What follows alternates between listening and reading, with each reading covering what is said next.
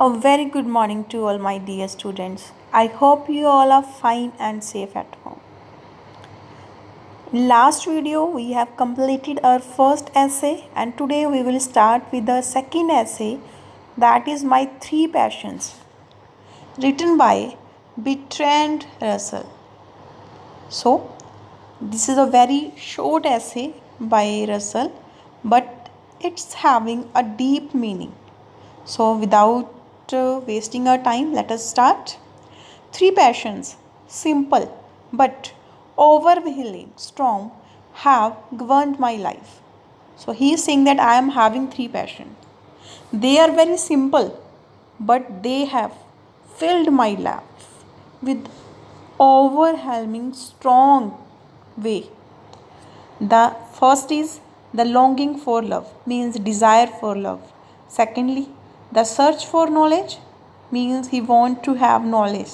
Third, unbearable pity for the suffering of mankind, means he is having feelings of pityness for mankind. So he just having three passions. Firstly, he want love. Secondly, search for knowledge. And thirdly, he felt pity for suffering mankind. So three fashion like great winds have blown me hither and thither in a wayward course over a deep ocean of anguish, reaching to the very verge of despair. So these three passions have make my life like a great wind. They are just throwing me here and there in a deep ocean from where I can just reach to disappear, to sadness, to nirasha, we can say that.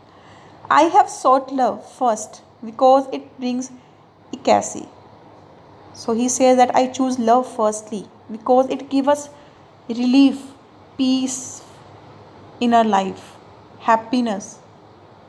So great that I would often have sacrificed all the rest of life for a few hours of this joy. That if I got love for few hours and for this joy, I can sacrifice my whole of life. I have sought it. Next, which one shivering consciousness looks over the rim of the world into the cold, unfathomable, lifeless abyss. He says that I choose it. I shout it means I choose it. Why he choose love? He choose love because it just like give us a relief from the loneliness when we feel alone, in terrible loneliness in this world.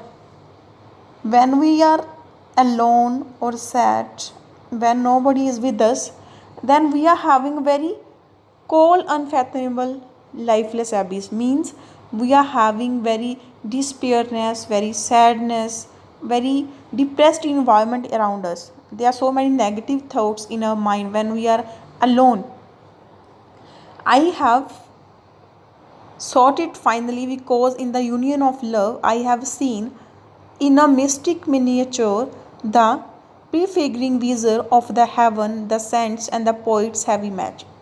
So that's why he chose love, because in love, in union of love, in love he says that I can achieve that happiness, that peacefulness of heaven that saints and poets imagine in their poetry and saints in their words. That is why I sought, and though it might seem too good for human life, this is what at least I have found. So that's why I choose love, and that is the thing that at least I have found. So in this stanza, he's just talking about his first passion, that is love. He's just telling us that why he chose love, because according to him, love gives us peacefulness, happiness, relief from our worries. We can't live alone in this world. So now we come to its second passion, that is with equal passion I have sought knowledge. So with the same passion I want knowledge. I have wished to understand the hearts of man, that how our hearts are working. I have wished to know why the stars are shining, and I have tried to apprehend the Pythagorean power by which number holds sway over the flux. I want to have the knowledge of maths, science, stars, astronomy, all the things. All of this, but not much I have achieved. Then he says that I have achieved a little bit of that. Love and knowledge, so far as they were possible, led upward towards the heaven. So he's just saying that love and knowledge take us to the heaven, to upward position. But always pity brought me back to the earth. But when I thought of my third passion, that is pity, feelingless of feelings of pityness, that take me back to earth. Echoes of cries of pain reverberate in my heart, children in famine, victims tortured by oppressors, helpless old people, a hated burden to their son, and the whole world of loneliness, poverty, and pain make a mockery of what human life should be. So then he says that when I think of pity, then I am back again to the earth. So the pain, the sufferings, the child in famine, the victims who are suppressed by opposers, and the old people, their children felt them like a burden on them, and loneliness, poverty, pain, all these things are like a joke of on human life. That what should human life be? So I long to elevate the evil, but I cannot, and I too suffer. I want to elevate means I want to dismiss all such the evils, loneliness, poverty, pain, sufferings, but I can't do that. I just suffer. This has been my life, and this is my life.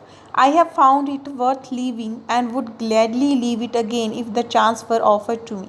Then he says that still there are so many sufferings and pain, but I want to live my life again if I get a chance. So, this is all about this chapter. There are only three things in the chapter: love, knowledge, and pity. So, three passions the author is having, and he just described all these three passions in this chapter. So, I think it's clear with you. So, now some lines about the author. Bertrand Russell, the British philosopher and mathematician, has written numerous popular works on philosophy, politics, and education.